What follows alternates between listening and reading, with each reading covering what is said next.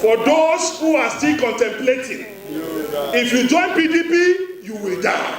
If you don't join, you will die. So it's better to join and die. Thank you.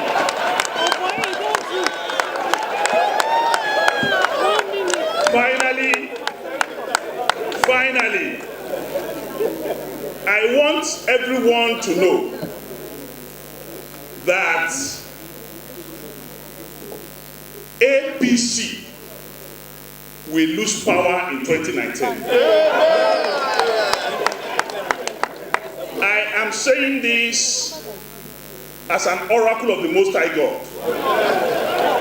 I heard a call and they said, Dino. I said, yes. Second time again, Dino. I said, yes. The third time, I said, the Lord speak for thy servant.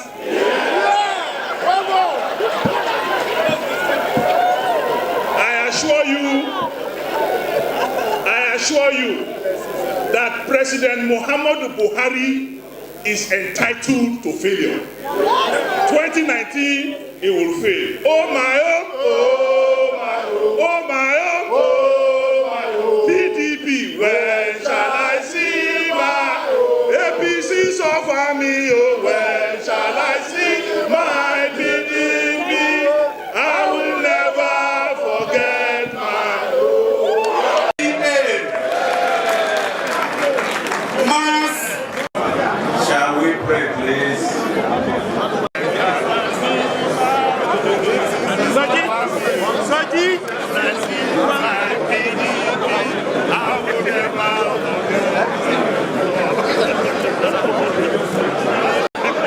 Please go into the auditorium and get a seat.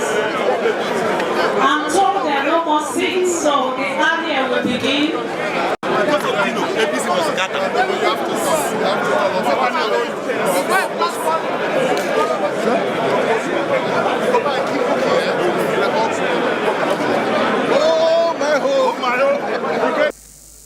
Mr. President, I draw very holy inspiration this morning from Order 14 of the rules of the Nigerian Senate. Mr. President, if I have your nod, I want to read. Privileges are rights enjoyed by the Senate collectively and by the members of the Senate individually, conferred by the Legislative Houses Powers and Privileges Act, Cap 208, Laws of the Federation 1990, and other status, or by practice, precedent, usage, and customs. Mr. President, my very respected colleagues, I am in your midst today alive by the grace of God. Mr. President, I am a manifestation of the declaration that there is a God. I want to start by appreciating God, the supreme controller of the universe, for manifesting that though I walk through the valley of the shadow of death, I fear no evil. I haven't appreciated God for his love and kindness and protection over my soul. I want to specially acknowledge the Nigerian Senate under the capable leadership of the irremovable President of the Nigerian Senate. I want to thank you for your love, for your concern, for speaking for me, and for defending the cause of democracy. Mr. President, my respected colleagues, I doff my hat. Mr. President, I will not also conclude my appreciation without appreciating the indefatigable and indomitable Speaker of the House of Representatives, and indeed the House of Representatives members. I thank them immensely, I thank them sincerely for showing that an injury to one is an injury to all. Mr. President, I particularly thank my constituents, men of honor, women of honor, children, old and young of Kogi West Senatorial District, not only for showing love, for praying for me, but for defending my mandate, that when I couldn't help myself, when I couldn't fight for myself, when I couldn't speak for myself, they spoke for me, they fought for me, and they stood by me, especially during the failed recall exercise orchestrated by the governor of Kogi State.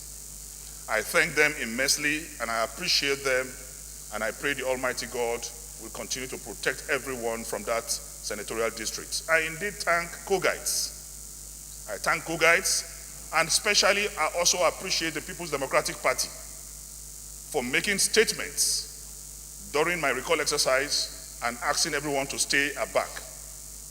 Politics have been shown to be not to be individualistic, but to be about issues and purpose. So to the national chairman of PDP, and indeed the executive of People's Democratic Party in Kogi State, I salute you, I salute you, I salute you.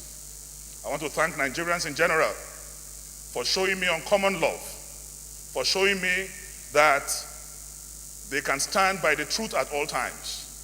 I thank Nigerians, I thank Nigerians, I thank Nigerians, and I cannot stop thanking Nigerians. When I went through the social media, when I saw the kind of support I got from Nigerians, then I am propelled, encouraged to continue to do only those things that will promote the integrity and prosperity of this country. Mr. President, I thank every one of us. I want to say I am alive because God defended me. And I will not take your time, but I want to say that, Mr. President, the Nigerian police attempted to kill me twice. One through the application of a chemical substance, and the second time through injection. They actually came with an injection to inject me, but God intervened, and to him alone be the glory forever and ever. Amen. And that is why I quote this part of the Holy Book, that he who sits in the secret place of the Most High shall abide under the shadow of the Almighty. I will say of the Lord, he is my refuge. I thank the Almighty God for being alive. And I want to promise Nigerians that because of the love I have seen, because of the magnitude and intensity of affection that I have seen, I will not derail. I will stand by the truth. No amount of intimidation, harassment, arrest, name-calling, blackmail, planted allegations will detract my attention from championing this cause. The battle to salvage this country from financial scavengers and economic cankerworms, to me, is a battle of no retreat, no surrender. We must salvage this country together. We have no other country to call our own but this country. So I want to say, as I get better, my voice gets better, it will become louder. And I shall not cease to continue to ask questions where necessary. Mr. President, once again, I thank you. I thank you for your show of love, for your show of comradeship. I thank you for everything you have done, Mr. President. And I say, in your own life, Mr. President, and that of my colleagues, affliction shall not arise a second time. But I want to conclude by saying that we must not allow these to discourage us or get us disenchanted. We must be boldened to ask questions. The executive cannot cow the legislature. We must be bold at all times and speak truth. Like I've always said, if you speak the truth, you die. If you lie, you die. It's better to speak the truth and die. So I thank you, I thank you, I thank you. I have a special request to you, Mr. President, that because of the trauma I went through, and I'm still going through, Mr. President, I want to seek your indulgence that you will call on the side that I am to look for a comfortable seat for me on this side of the divide, because I am no longer comfortable sitting here. So I want to ask, Mr. President, that you mandate the side that I am for tomorrow to look for a seat for me on this other divide of the chamber. And that before you do that today, through the help of my walking stick, I will take a comfortable seat close to Papa General Senator David Mark, pending when you get me a comfortable seat on this side. I want to thank you very much. I say no retreat, no surrender. Thank you.